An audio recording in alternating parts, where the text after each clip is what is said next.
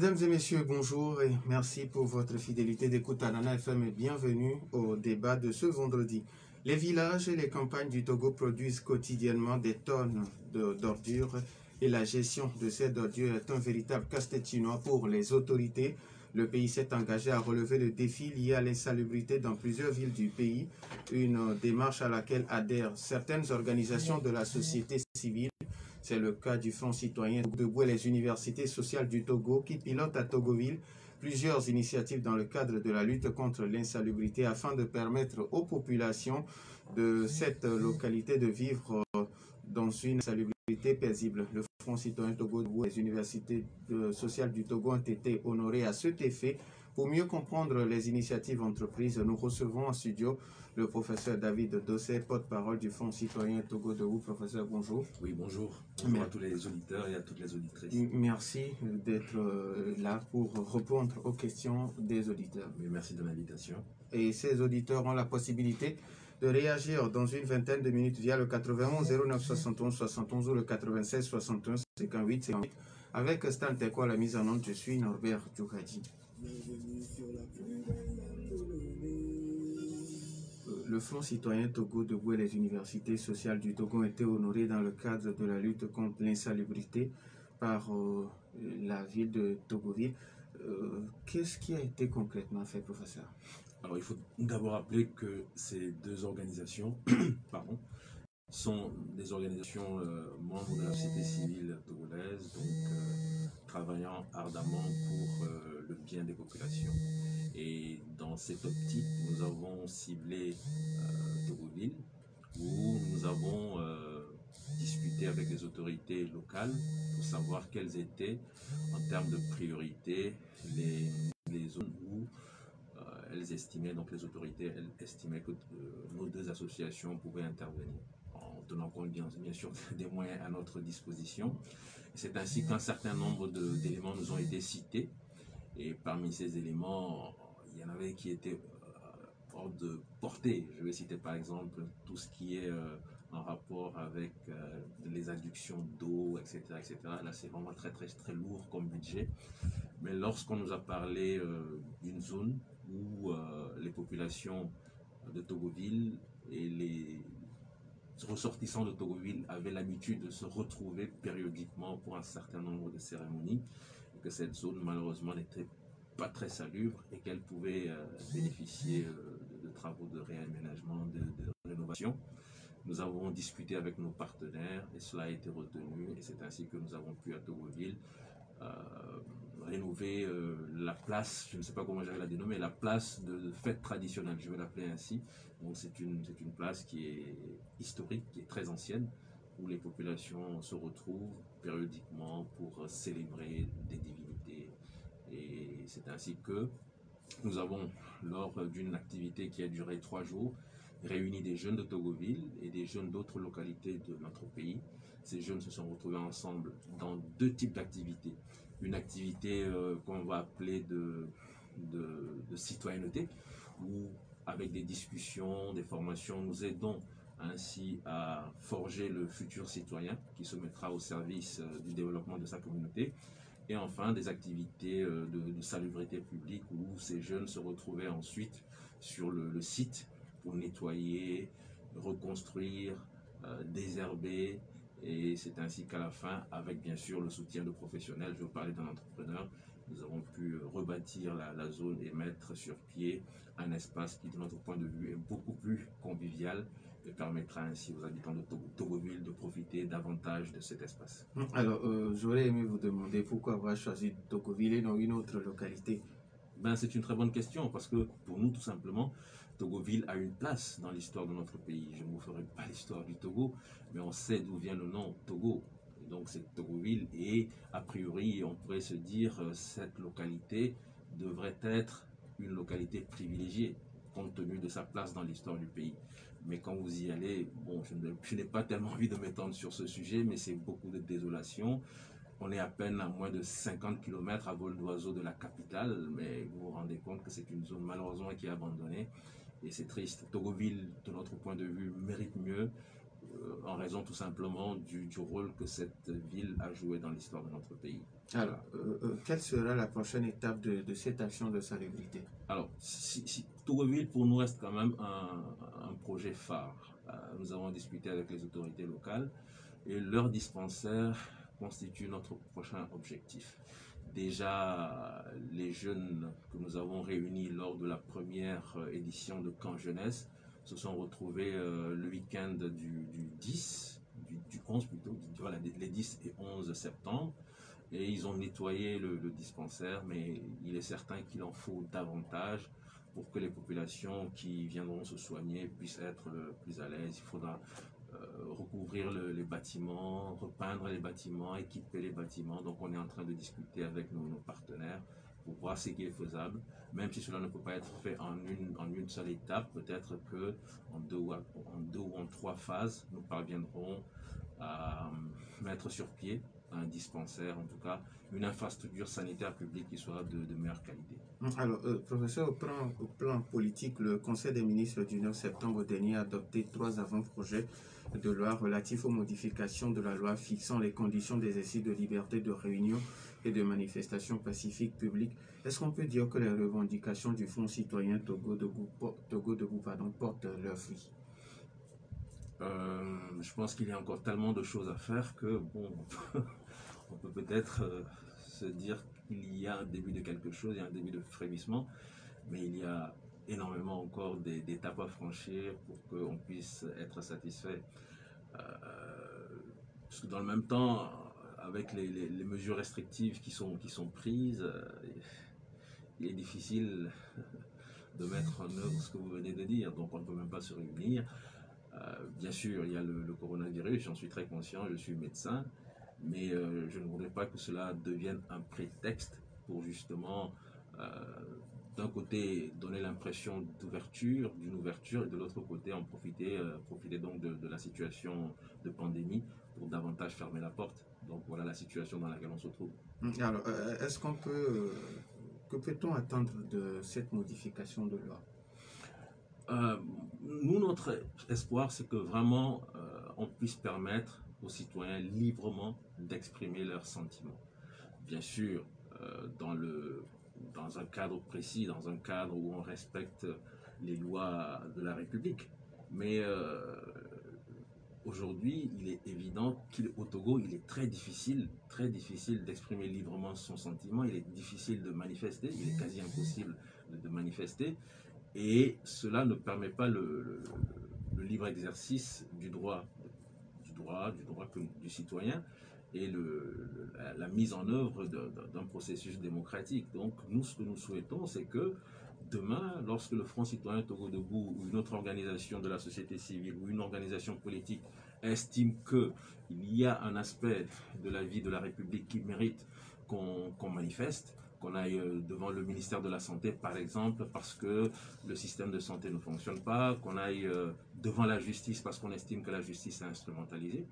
On y va, non pas pour détruire quelque chose, mais pour exprimer quelque chose, afin que cela soit pris en compte par l'autorité publique.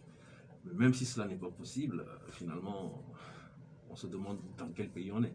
Alors, le 15 septembre dernier, c'était la journée internationale de la démocratie. Quels sont les critères qui font d'un pays démocratique? Quand on dit d'un pays qu'il est démocratique, quels sont les critères ou bien qu'est-ce qu'il faut voir d'abord pour dire que ce pays est démocratique? Alors moi, je vais peut-être donner une définition de profane, je ne suis vraiment pas un spécialiste, mais dans mon vécu, je me dis que la démocratie, c'est le système qui permet l'épanouissement des populations. C'est-à-dire que les populations ont la possibilité d'élire librement et de façon légitime leurs représentants. Est-ce que c'est le cas au Togo? Point d'interrogation. Une fois que ces représentants sont élus, ils sont là pour servir les intérêts du peuple, non pas pour se servir. Deuxième question, est-ce que c'est encore le cas au Togo? Voilà, et donc, les représentants qui ont été élus librement et de façon légitime travaillent pour le peuple, sont redevables et doivent rendre compte de leur gestion des affaires publiques et au terme de leur mandature, ils viennent présenter leur bilan. Vous m'avez demandé de faire un travail, voilà comment j'ai travaillé. Est-ce que vous estimez que j'ai bien travaillé? Si c'est le cas, vous me reconduisez, et si ce n'est pas le cas, vous me remerciez et je retourne à mon champ, etc., etc. Voilà, pour moi, c'est ça la démocratie. Bon, alors, on peut se poser des questions. Est-ce qu'au Togo, les représentants sont élus de façon légale, légitime et transparente? Je ne le pense pas, mais c'est mon point de vue. Deuxièmement, est-ce qu'une fois qu'ils sont élus, ils œuvrent exclusivement pour le bien des populations? Quand je vois ce qui se passe dans mon pays, je me pose des questions également là-dessus. Et troisièmement, est-ce qu'on offre la possibilité au peuple de changer, c'est-à-dire d'aller vers l'alternance politique pacifique dans notre pays? Alors là, gros point d'interrogation. Donc, est-ce que le Togo est un pays démocratique? Ça fait 3 gros points d'interrogation de mon point de vue. On a encore du chemin à faire. D'accord, on a encore du chemin à faire. Avant de donner la possibilité aux auditeurs de poser leurs questions ou d'apporter leur point de vue, l'actualité du pays est aussi, c'est la flambée des cas de la maladie à coronavirus qui occasionne la fermeture des lieux de culte et des bars. Alors, qu'est-ce que vous, au niveau du Front citoyen Togo Debout, vous pensez de ces mesures? Je pense que je vais peut-être répondre à 2 niveaux. D'abord au niveau de la communication, ensuite au niveau de la stratégie. Au niveau de la communication, je pense qu'il y a beaucoup d'écarts de communication, beaucoup d'erreurs de communication. Parce que quand vous voyez un peu les réactions des populations étaient vraiment déçues par les mesures et surtout la manière dont ces mesures ont été présentées par l'autorité. Quand on dit que c'est la stratégie de la peur pour amener les gens à se faire vacciner, je pense que c'est une erreur. Il ne faut pas le dire. Il ne faut certainement pas s'exprimer ainsi. Quand on dit qu'il n'est pas question que des vaccins qui ont coûté très cher, on les laisse aller vers la péremption et qu'on soit obligé de les détruire. C'est comme si on mettait en avant l'aspect financier, l'aspect des vaccins qui ont coûté cher, qui vont être gâtés, plutôt que de mettre l'accent sur la santé des populations. Vous voyez? Donc, en termes de communication, je pense qu'il y a eu beaucoup d'erreurs. Et le gouvernement doit être conscient d'une chose, c'est qu'il y a une forte défiance de la population à son endroit. C'est un constat, c'est une réalité. Et donc, si les populations n'ont pas confiance en vous, et vous venez encore pour marteler des mots de ce genre, vous êtes encore en train d'accroître ce fossé entre vous et les populations. Donc, en termes de communication, je pense qu'il y a beaucoup d'erreurs. Il va falloir que le gouvernement revoie sa stratégie. Dire qu'on va faire peur aux gens pour les amener à se faire vacciner, de mon point de vue, c'est pas une bonne chose. Peut-être qu'ils ont vu que dans les pays occidentaux, des mesures restrictives ont été prises et ils se sont dit on peut faire la même chose. Mais ces pays occidentaux ont construit un système de santé. Vous n'avez pas construit un système de santé. Eux, ils peuvent se le permettre. Ces pays occidentaux ont investi dans la production de vaccins et ils ont besoin que ces vaccins soient vendus. Vous n'avez rien produit. Vous n'êtes là que pour consommer, pour acheter, pour dépenser et acheter des vaccins. Donc, on n'est peut-être pas dans la même stratégie. Et cela m'amène donc dans le deuxième volet de mon intervention, c'est la stratégie. Et là, moi, je parle en tant que scientifique, je suis médecin. Et je voudrais, si vous le permettez, m'adresser, j'espère que Richard nous écoute parce qu'il est intervenu une fois pour me recadrer. Et ça m'a fait beaucoup réfléchir. Pour moi, il n'est pas question ici de détruire une action gouvernementale. C'est pas du tout ça. Je ne suis pas là pour faire de la politique. Je suis un médecin, je suis un scientifique. Et je voudrais vraiment qu'on discute en tant que scientifique. Une fois, je suis intervenu et j'ai dit, au Togo, on n'avait pas beaucoup de cas. Et certains pensaient que c'était parce que le gouvernement avait pris des mesures. Mais non, c'était la situation plus ou moins globale en Afrique subsaharienne, où le monde dans lequel, l'environnement dans lequel on évolue n'est pas très aseptisé. Nous avons rencontré beaucoup de virus, beaucoup d'autres types de corona.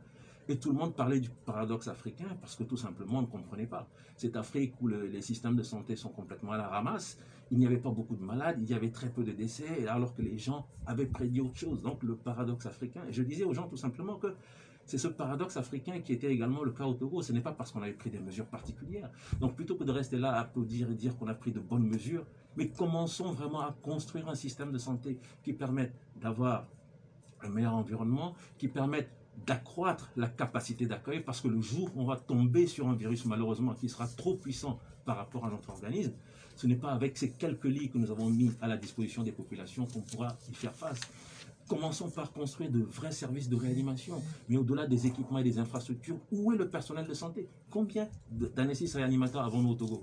Au Togo, moins de 10.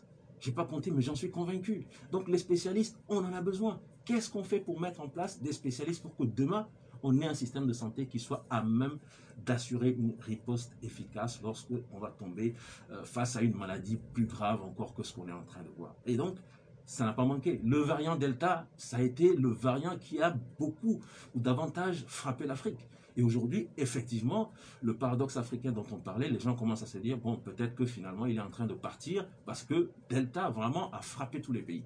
Au Sénégal, au Bénin, au Togo. Mais en termes de stratégie, donc je reviens à ça, qu'est-ce que nous voyons? La communication consiste à dire, nous allons mettre 20 milliards de francs CFA dans l'achat de vaccins. Là, je pose des questions en tant que scientifique. Est-ce vraiment la priorité? Je ne dis pas que j'ai raison, mais j'aimerais que la communauté scientifique togolaise réfléchisse à cela. Est-ce vraiment la priorité? 20 milliards de francs CFA pour ça?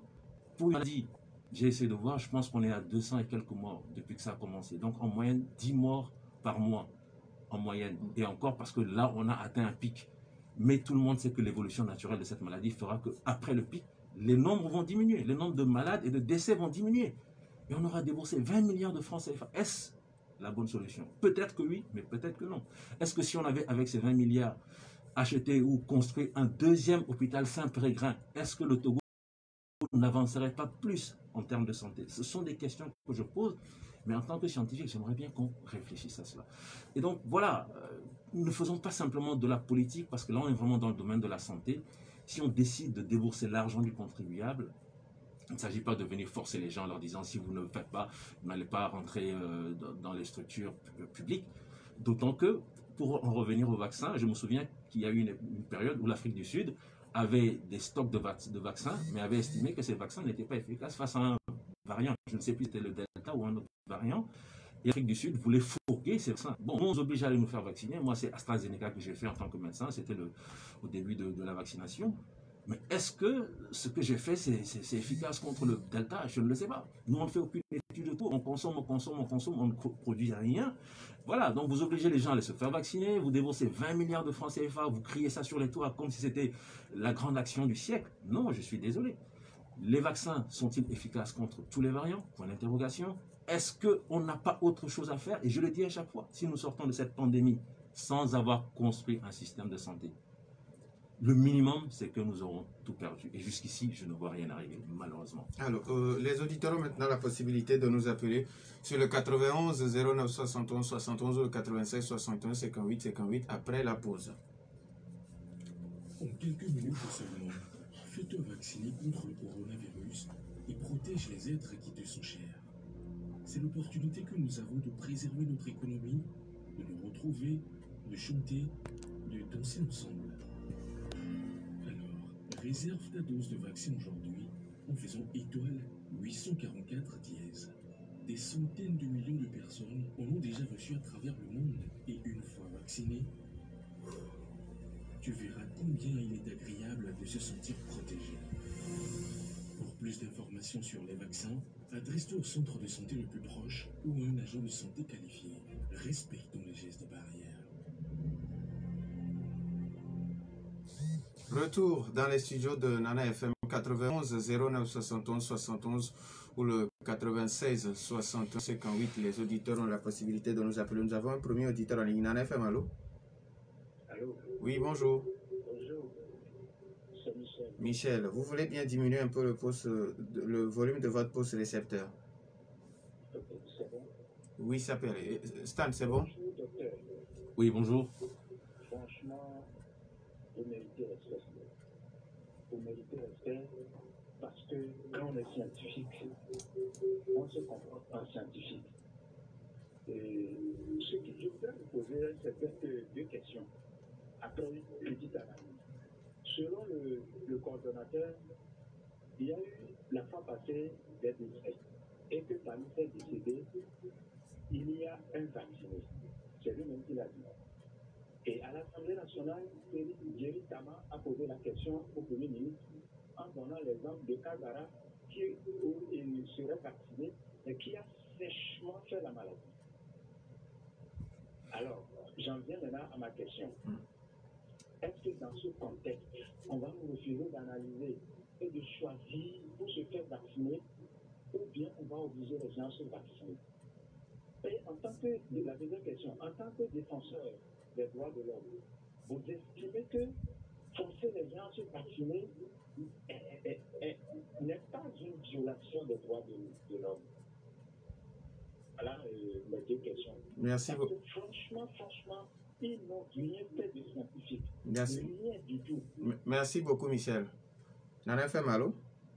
Oh, Albert, bonjour. Albert, comment allez-vous? Je dis bonjour à l'invité. Oui, bonjour. J'aimerais demander au professeur de faire. Est-ce que c'est à partir du test PCR de variant de Delta ou bien c'est à partir d'un autre test? Parce qu'on ne sait jamais. Il peut y avoir un variant togolais. Il y a une confusion. Et puis les deux. Si vous ne voyez pas, professeur, que au niveau de la CDAO, excusez-moi, ne j'aime pas rester. Quand il y a des coups d'État sur le plan politique ou autre, les chefs d'État se réunissent. Ici, on est en France aussi, d'un terroriste naturel qui est le juriste. Pourquoi les scientifiques de la se réunissent pour dire quelque chose, une solution qui tienne compte de nos réalités? Je vous remercie. Merci à vous aussi, Albert. 91 09 71 71 ou le 96 61 58 58. Nana FM, allô? Oui. Madame ici, bonjour. Oui. Bon, je vais demander au docteur si on a isolé le virus, le fameux virus de la grippe qui a muté, si il a été identifié avant qu'on ne nous trouve, nous fabrique une multitude de vaccins en si peu de temps.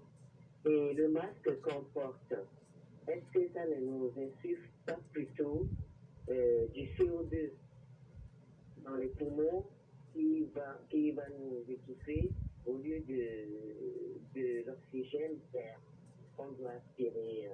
Voilà. Et les pays africains, les autres pays africains ne s'acharnent pas trop sur cette histoire de virus. Ils laissent leur peuple vivre librement, sans masque, et puis sans imposer le vaccin. Et avec cette violation des droits de l'homme-là, mais vous ne pensez pas qu'on doit porter plainte contre l'État? Merci. Et puis, le mois prochain, par exemple, est-ce que ça peut être la fin de la pandémie et la trouvaille d'un remède sur le marché? Est-ce que vous pensez que le mois qui vient, là, cette histoire de pandémie va s'arrêter, par exemple, et puis pourquoi on ne nous propose pas des remèdes plutôt que de nous imposer les vaccins? C'est-à-dire, il y a des remèdes de la vitro, de la quinine, et la vitamine C, le soleil, tout le reste, et puis nos remèdes de grand-mère qui ne sont pas rien. Merci beaucoup, madame ici. Merci. Oui. 91 09 71. Nana FM, allô? Allô? Oui, bonjour. Comment est-ce que vous allez? Ça va bien, et vous? Je vous remercie beaucoup. Allô? Allô? Allô? Est-ce que vous pouvez vous déplacer un tout petit peu? Oui, ça va maintenant? Oui, ça va. Votre nom d'abord. Je disais que je vous remercie beaucoup. Allô? Oui, allô? Votre nom d'abord. C'est Papa Sokali. Papa Sokali. Je le remercie beaucoup pour son emploi. Tant que les voyants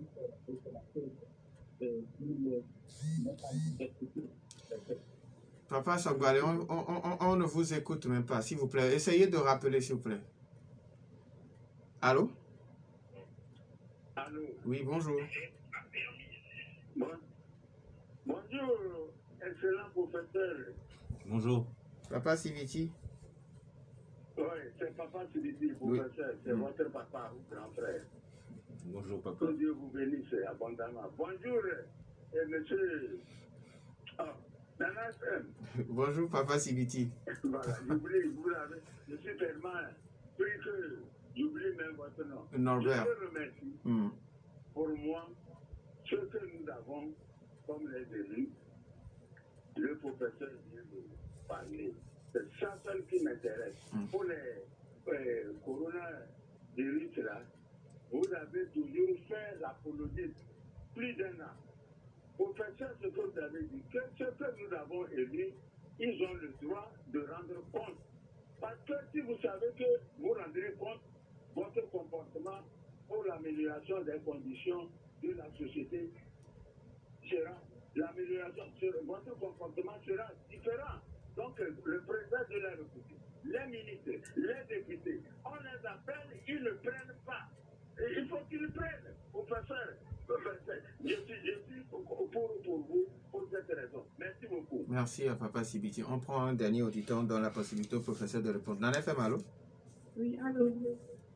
Tata Raguel, bonjour. Bonjour. Oui, allez-y. Je salue les... Oui, bonjour. Moi, je vais juste demander. Oui.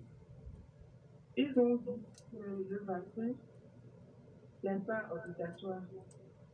Pourquoi ils ont commandé beaucoup? Pourquoi ils ont trop dépensé pour avoir beaucoup de vaccins? En sachant très bien que si je veux, je vais me vacciner. Si je ne veux pas, on ne me force pas.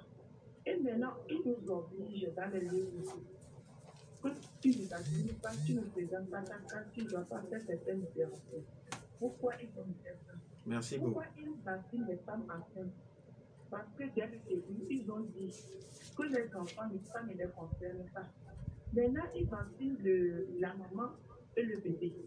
Pourquoi ils veulent échanger leurs efforts qu'ils vont faire pour payer les enfants contre la vie des gens? Merci beaucoup. Le vaccin, ça s'achète, mais la vie de l'homme ne s'achète pas. Merci beaucoup. Merci à vous aussi. Alors, professeur, vous avez écouté l'avis des uns des autres. Michel qui demande pourquoi ne pas analyser d'abord et puis avant de commencer par administrer les vaccins aux uns aux autres. Et bon, il parle aussi de violation des droits des citoyens. D'abord, première remarque, toutes les questions sont particulièrement pertinentes dans ce contexte de pandémie où on va de surprise en surprise. Et je remercie vraiment tous les auditeurs. Toutes les questions font vraiment réfléchir. Effectivement, c'est ça, est-ce que le vaccin, c'est la solution ultime? Il l'a dit, dans les morts, il y a des gens qui sont vaccinés. Et je crois que le plus célèbre, ou en tout cas un des plus célèbres, c'est Jacob Desvarieux, qui est mort, je crois, du coronavirus, et qui était bel et bien vacciné parce qu'il avait plusieurs tares. Donc il avait pris quand même le soin de se faire vacciner, mais cela ne l'a pas protégé. Et donc il faut vraiment beaucoup plus d'humilité d'abord, et de sérénité dans la gestion de cette crise. Et de mon point de vue, nous qui sommes médecins, nous avons encore le devoir ultime ou majeur d'être serein. Si les médecins donnent le sentiment d'être beaucoup plus craintifs par rapport à cette maladie, si les médecins ont un discours qui tend à faire craindre un chaos en raison de ce virus, je pense que ce n'est pas une bonne chose. Mettons bas la terre, mettons de côté la politique, et réfléchissons de façon scientifique pour voir ce qu'on peut proposer en tenant compte de nos moyens à une population et comment faire pour améliorer le système de santé. Je continue toujours pour parler de la sérénité parce que j'étais au Sénégal la semaine dernière. J'y suis allé après avoir fait un test Covid ici au Togo. J'arrive à l'aéroport et je m'attends à ce qu'on me fasse exactement comme au Togo un autre test, même si le mien datait de 48 heures. Quand j'ai présenté le test fait au Togo, on m'a ouvert la porte du pays. Je suis rentré, j'ai fait mes activités et 4 jours après, je suis revenu dans mon propre pays. Donc 4 jours après, j'avais fait le test au Togo 4 jours auparavant. Les Sénégalais m'ont fait faire un test la veille. Je n'étais pas obligé de le faire, mais je me suis dit, bon, on ne sait jamais, je le fais quand même avant de monter dans l'avion. Donc j'arrive à l'aéroport de Lomé, muni d'un test fait au Togo 4 jours auparavant, muni d'un test fait au Sénégal 24 heures avant, et on me dit à l'aéroport de Lomé que je dois encore refaire un test. Bon, je l'ai fait, parce que c'est la loi, mais quand je me pose des questions, on est quand même des scientifiques, ne faisons pas de la politique, et je pense qu'en tant que scientifique, et là j'interpelle vraiment le comité, il faut qu'on réfléchisse. Est-ce que l'objectif c'est vraiment la santé ou bien l'objectif il est ailleurs?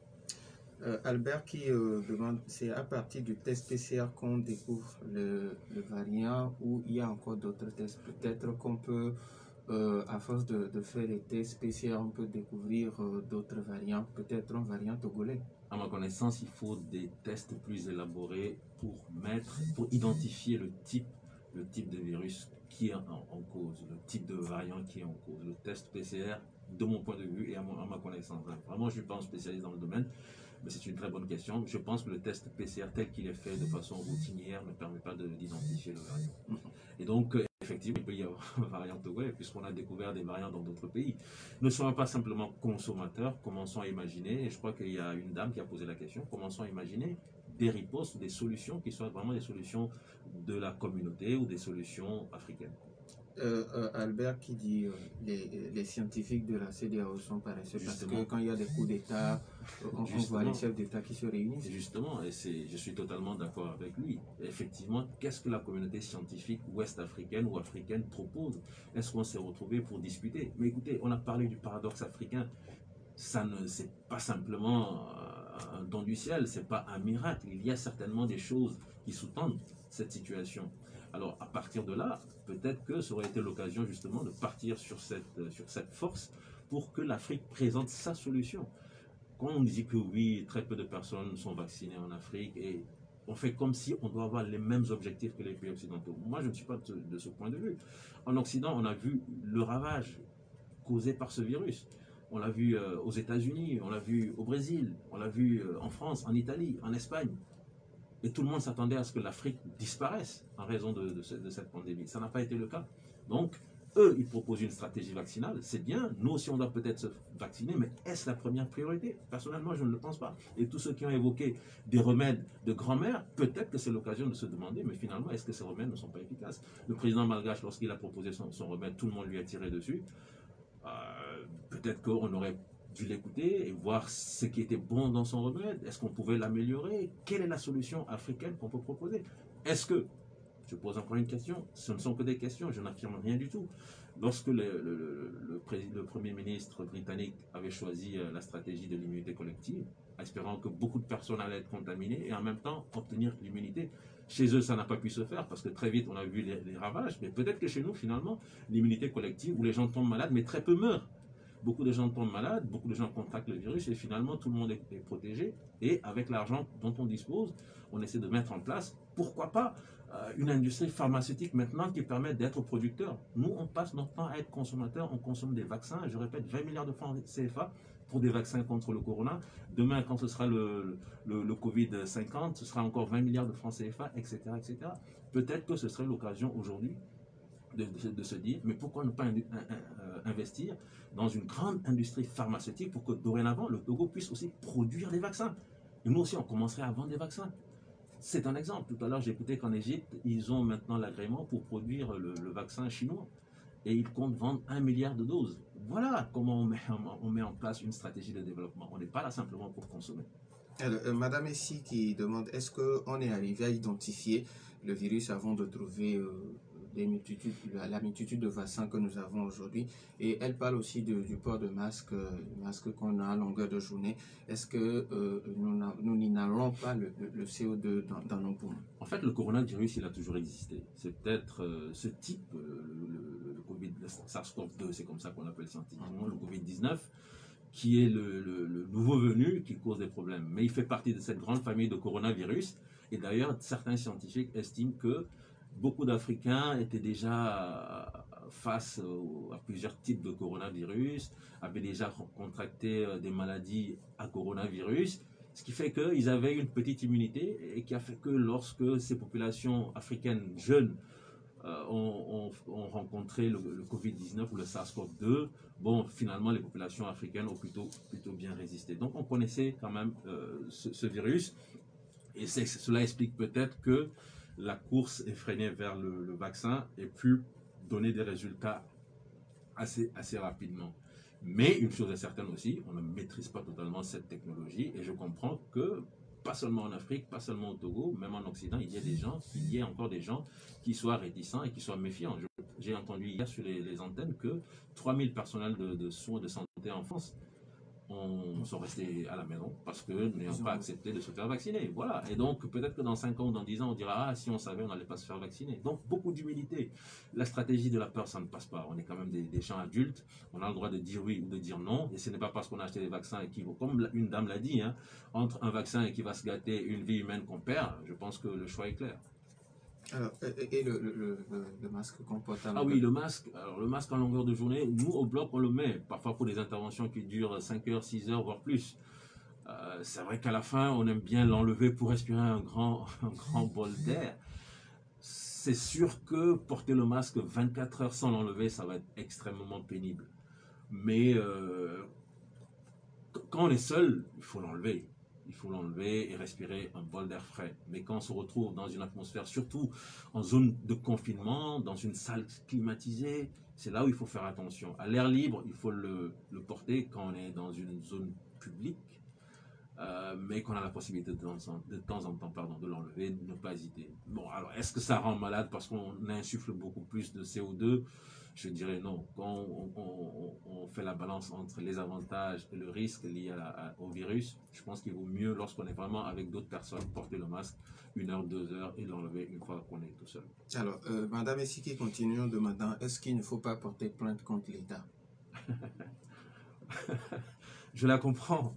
Mais, bon, alors, au bout de sa logique, porter plainte contre l'État togolais devant une juridiction nationale, il y a eu d'autres situations tellement plus graves où on aurait aimé porter plainte contre l'État togolais. Je prends le cas des infanticides, des gens qui ont été tués par des forces de l'ordre, où la justice est restée la queue entre les jambes, les mains entre les jambes, incapable de se mouvoir. Alors, est-ce que lorsque la justice est incapable de se mouvoir dans de telles situations, ce sera une situation de pandémie qui va amener la justice à se mouvoir? Sincèrement, je n'en suis pas convaincu. Alors, si ce ne sont pas des juridictions nationales, devant des juridictions de la CEDEAO, je ne suis pas convaincu non plus que ça puisse avancer. Mais je comprends sa frustration. Mais un jour, ça va aller. Tata Raguel qui demande pourquoi, sachant bien que la vaccination n'est pas obligatoire, mais on se permet de dépenser jusqu'à 20 milliards pour s'acheter le vaccin. Et elle demande aussi, est-ce que c'est possible de vacciner la femme enceinte et les enfants qui ont moins de 18 ans? Alors, je crois que c'est très pertinent comme question. Effectivement, si on a estimé à un moment donné que la priorité c'est le vaccin et qu'on a investi 20 milliards, on se dit waouh, si les Togolais ne vont pas se faire vacciner, c'est les 20 milliards qu'on aura jetés à la fenêtre. Et donc, il faut obliger les Togolais en leur faisant peur. Voilà. Donc, on dit que c'est pas obligatoire, mais en même temps, on met en place des mesures qui rendent de fait la vaccination obligatoire. Donc, on peut dire aujourd'hui que la vaccination au Togo est obligatoire, parce que sinon, vous êtes enfermé chez vous, vous ne sortez pas. Comme on l'a dit, attendez la fin de la pandémie avant de sortir. Donc la vaccination elle est devenue obligatoire parce qu'on a déboursé beaucoup d'argent. Donc sa question est vraiment pertinente. Fallait-il investir autant? Oui, parce que les gens estimaient que c'était la priorité, donc ils ont investi. Et aujourd'hui le constat est là, il faut d'une manière ou d'une autre obliger les Togolais à consommer ces 20 milliards de francs CFA par la vaccination. Alors maintenant, au-delà de ça, les enfants, faut-il les vacciner? J'espère qu'on n'est pas en train de vacciner les enfants. Oui, quand elle parle de femmes enceintes et puis... Alors, pour les femmes enceintes, j'avoue, là, elle me pose une colle. En tant que médecin, je devrais peut-être le savoir, mais je vais aller vérifier. J'avoue que je ne sais plus, madame. C'est madame ici? Oui, non. Madame Rachel. Madame Raquel. Madame Raquel, vous m'avez vraiment posé une colle ce matin. Je vais aller vérifier par rapport à la femme enceinte si elle peut se faire vacciner et à quel moment elle peut se faire vacciner. Qu'est-ce que les études scientifiques ont démontré à ce propos. Donc, je préfère ne pas me prononcer là-dessus, mais je sais que pour les enfants, il y a des pays où il y a eu des velléités pour vacciner des enfants autour de 12 ans, de 11 ans, d'autres pays où les gens ont dit « Ouh là là, surtout pas, on ne sait pas ce que ça donne ce vaccin ». C'est vrai que c'est une maladie qu'on ne maîtrise pas. On a vu des jeunes de 15 ans en souffrir, mais au sein de cette grande masse d'enfants, les quelques malades, est-ce que cela justifie qu'on aille vers une vaccination des enfants? Pour le Togo, j'espère vraiment que pour le moment, on ne va pas faire vacciner nos enfants parce qu'on n'a pas les mêmes dégâts en termes de maladies que les pays occidentaux. Pour les enfants, de grâce, jusqu'à en tout cas l'âge de la majorité, pour le moment, je pense qu'il faut éviter de les vacciner. Sauf si ces enfants présentent des tares particulières, des situations particulières. en attendant d'y voir plus clair. Pour les femmes enceintes, gros point d'interrogation à mon niveau. Alors, Papa Sibiti qui dit qu'il est évident que les responsables rendent compte, et puis dénonce le comportement de certains ministres, on les appelle, ils ne décrochent pas. Tout à fait, je crois que c'était un commentaire qu'il a fait. Ça nous ramène encore au problème de la démocratie à la togolaise, où il est évident qu'au Togo, lorsqu'on est nommé ou élu à un poste de responsabilité, on se croit au-dessus de tout et au-dessus de tous. Et on se comporte comme si on avait tous les droits et aucun devoir. Et je suis tout à fait d'accord avec lui. Professeur, votre mot de la fin, parce qu'il nous reste juste 30 secondes. Alors, mon mot de la fin, c'est que soyons beaucoup plus sereins face à la pandémie du coronavirus. Commençons à réfléchir en tant que scientifiques et mettons en avant le côté sanitaire, le côté médical, et mettons un peu de côté la politique. Nous disons merci au professeur David Dossé, porte-parole du Fonds citoyen Togo Debout. Merci à Stan Teko qui a la mise en onde. Je suis Norbert Djouhadi. Merci à vous aussi. Bonne suite de nos programmes. Merci beaucoup.